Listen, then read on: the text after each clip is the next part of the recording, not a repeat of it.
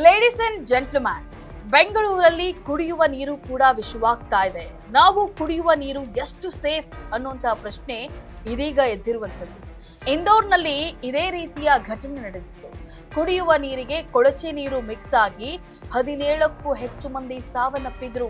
ಇದರ ಬೆನ್ನಲ್ಲೇ ಈಗ ಬೆಂಗಳೂರಿನಲ್ಲೂ ಕೂಡ ಇಂತಹದ್ದೇ ಘಟನೆ ಬೆಳಕಿಗೆ ಬಂದಿದೆ. ಅದು ಎಲ್ಲಿ ಏನಾಯ್ತು ಅನ್ನೋದನ್ನ ನಾನು ಹೇಳ್ತೀನಿ. ಎಸ್ ವೀಕ್ಷಕರೇ, ನೆಲ ಜಲ ಭಾಷೆಗಾಗಿ ಪ್ರಾಮಾಣಿಕ ಪತ್ರಿಕೋದ್ಯಮ. ನೀವು ನೋಡ್ತಾ ಇದ್ದೀರಾ ಫೋಕಸ್ ಟಿವಿ. ನಾನು ಪವಿತ್ರ.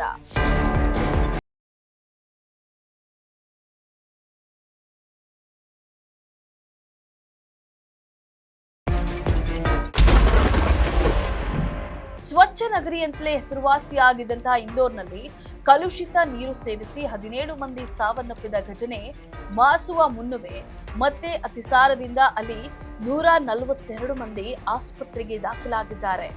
ಇದರ ನಡುವೆಯೇ ಬೆಂಗಳೂರಿನಲ್ಲೂ ಕಲುಷಿತ ನೀರು ಸೇವಿಸುವ ಪರಿಸ್ಥಿತಿ ಬಂದಿದೆ. ಕಳೆದ 10 ದಿನಗಳಿಂದ ಬೆಂಗಳೂರಿನ ಲಿಂಗರಾಜಪುರ ವ್ಯಾಪ್ತಿಯಲ್ಲಿ ಬರುವಂತಹ ಕೆಎಸ್ಎಫ್ಸಿ ಲೇಔಟ್ನಲ್ಲಿ ಕುಡಿಯುವ ನೀರಿಗೆ ಚರಂಡಿ ನೀರು ಮಿಶ್ರಣವಾಗಿ ಅಲ್ಲಿನ ಜನರಿಗೆ ವಾಂತಿ ಭೇದಿಯಂತಹ ರೋಗ ಲಕ್ಷಣಗಳು ಕಾಣಿಸಿಕೊಂಡಿವೆ. ಏನು ಕುಡಿದ್ರೂ ವಾಮಿಟ್ ಬರುತ್ತೇನೋ ಇನ್ನೇನು 1 ನಿಮಿಷದಲ್ಲಿ ಅನ್ನೋ ತರ ಒಂಥರ ಸೆನ್ಸೇಷನ್ ಆಗುತ್ತೆ. ಲಿಂಗರಾಜಪುರಂ ಪ್ರದೇಶದಲ್ಲಿ ಕಲುಷಿತ ನೀರು ಪೂರೈಕೆ ಆಗ್ತಿರುವ ಬಗ್ಗೆ ಬಂದಂತಹ ವರದಿಗಳನ್ನ ಬೆಂಗಳೂರು ಜಲಮಂಡಳಿ ಗಂಭೀರವಾಗಿ ಪರಿಗಣಿಸಿದೆ.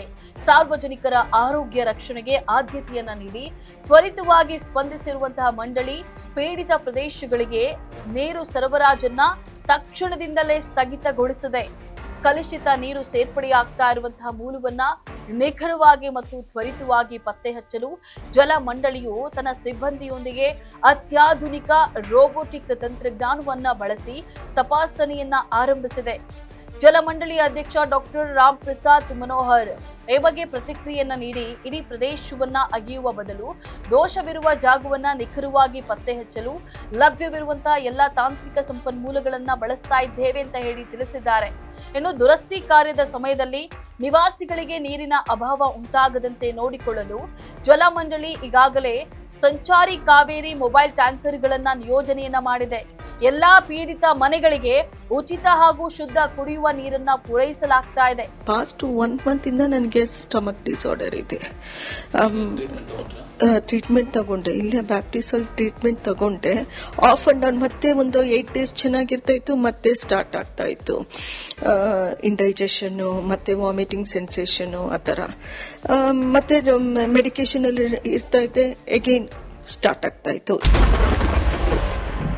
ಪೈಪ್ಲೈನ್ ಮೂಲಕ ನೀರು ಪೂರೈಕೆ ಪುನರ್ ಆರಂಭ ಆಗುವವರೆಗೂ ನಿವಾಸಿಗಳು ಅಧಿಕಾರಿಗಳೊಂದಿಗೆ ಸಹಕರಿಸಬೇಕು ಮತ್ತು ಒದಗಿಸಲಾಗ್ತಾ ಇರುವಂತಹ ಉಚಿತ ವಾಟರ್ ಟ್ಯಾಂಕ್ ಸೇವೆಯನ್ನ ಬಳಸಿಕೊಳ್ಳಬೇಕು ಅಂತ ಹೇಳಿ ಜಲಮಂಡಳಿ ಮನವಿಯನ್ನ ಮಾಡಿದೆ.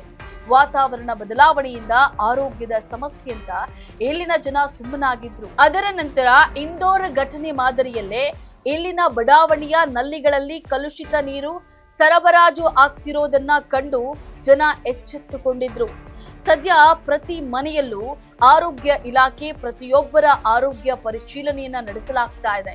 ರೋಗ ಲಕ್ಷಣಗಳು ಕಂಡು ಬಂದ್ರೆ ಅಂತವರಿಗೆ ಸೂಕ್ತ ಚಿಕಿತ್ಸೆ ನೀಡಲು ಸಕಲ ಸಿದ್ಧತೆಗಳನ್ನ ಮಾಡಿಕೊಳ್ಳಲಾಗಿದೆ.